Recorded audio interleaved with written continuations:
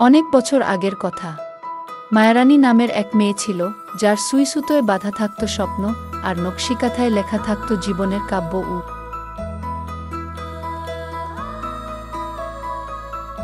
সকালের নরম আলো জানালার ফাঁক গলে ঘরে ঢুকছিল।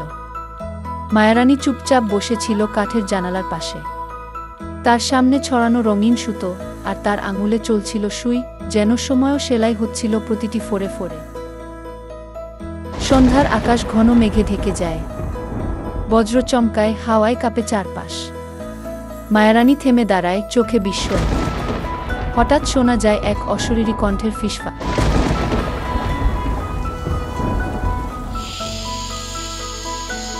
তোমার কথা অপূর্ণ থাকলে জীবন অপূর্ণ থেকে যাবে।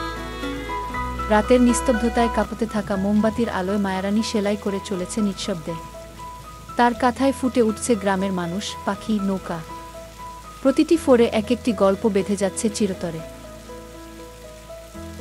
বর্ষার রাতে আকাশে নামে তাণ্ডব। ঝড়ের দাপটে গাছ উপরে পড়ে, নদী ফুলে ওঠে। ঘরবাড়ি ভেসে যায়, বাতাসে ভেসে আসে মানুষের চিৎকার। সবকিছু গ্রাস করে ভয়াল পদ্মা। মায়ারানী মেঝেতে বসে কাঁথা আঁকড়ে ধরে। তার চোখে অশ্রু, আর ঘরের মধ্যে ঢুকে পড়েছে নদীর পানি। হঠাৎ কাঁথার মধ্য থেকে ছড়িয়ে পড়ে সোনালি এক আলো। জ্বলতে থাকে চারপাশে আশ্চর্য এক দীপ্তি। ভোরবেলা পাখি ডেকে ওঠে।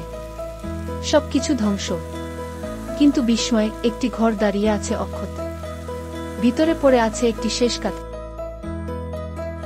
বছরের পর বছর কেটে গেছে।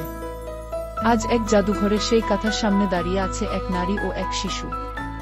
লেখা আছে নকশিকাথা, আনুমানিক 1820 সাল, অজ্ঞাত শিল্পী।